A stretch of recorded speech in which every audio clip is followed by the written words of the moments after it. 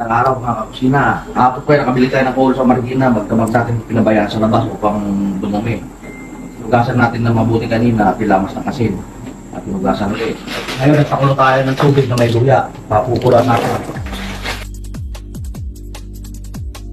After 3 minutes of papakulo, yan, lumabas na yung dumi. Tatapon na natin yan.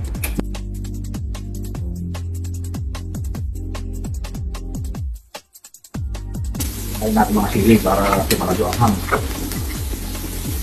Alam, lamuyok. Magtagata may alamang at kortina. Ito na, bumuso ng buhol.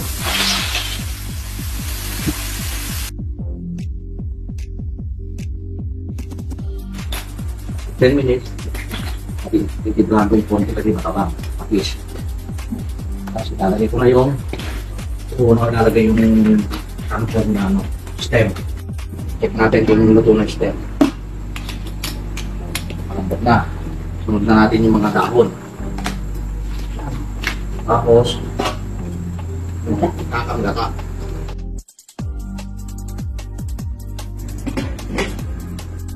I-reduce lang natin ng konti yung gata.